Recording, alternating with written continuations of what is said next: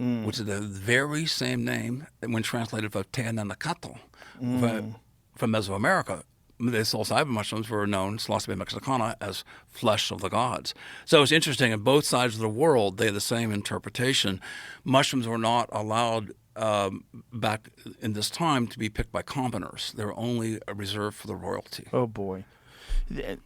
Doesn't it always work out that way? Yeah, it seems to. Another thing that's really fascinating is depictions of ancient saints and even Jesus Christ with a halo, and that the halo is essentially the bottom of a mushroom. It's a very different halo. When we think about a halo, we think about like a frisbee that's hovering over an angel's head or a saint's head. But the ancient depictions of them weren't that. The ancient depictions of them, you saw those ribs that made it look like the bottom of a psilocybin mushroom. I didn't know that. You didn't know that? No, I oh, didn't come know on. that. I'm teaching you this? Yeah. Come on. Jamie will pull up these images. But these images of Christ, there's many different religious figures, and they have this halo that's very different than the more modern halo. The modern halo being this like circle. This is not a circle. It's a circle, but it's a mushroom.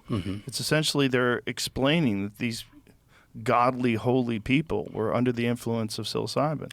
I think. What we can't, and not just me. What we can't prove some of these ideas today, what we can prove is like the Johns Hopkins New York University study, that religious belief systems are enhanced through the use of psilocybin. Which totally makes sense. So we Yeah. can argue about the past, but we can't. We have really Right. good scientific methodology now for analyzing the effects of psilocybin.